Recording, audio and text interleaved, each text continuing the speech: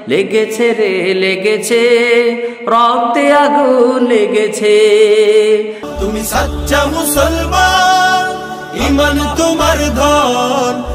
৯৫% মুসলমান দেশে পবিত্র আল কুরআনকে এইভাবে অপমান করায় এবং পবিত্র আল কুরআনকে এইভাবে পূজামণ্ডপে অবমাননা করায় আমরা এর তীব্র নিন্দা ও প্রতিবাদ জানাই।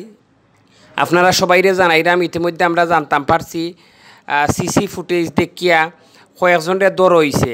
আমরা চাই বাকি যারা যারা আসেন এরারে দৌড়া হোক এবং ভবিষ্যতে যাতে এই ধরনের কাজ করার কেউ সাহস না পায় তারারে সর্বোচ্চ শাস্তি দেওয়া হোক।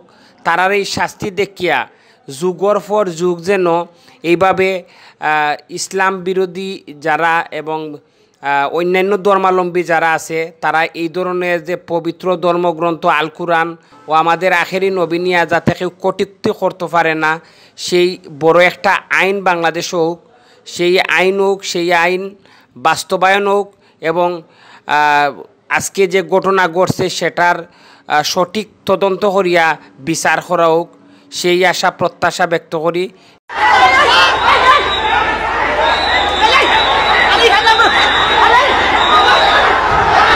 আমরা আগামী ২৪ ঘন্টার মধ্যে এর সুষ্ঠু তদন্তের মাধ্যমে দোষীদেরকে গ্রেফতারের জোর দাবি জানাই।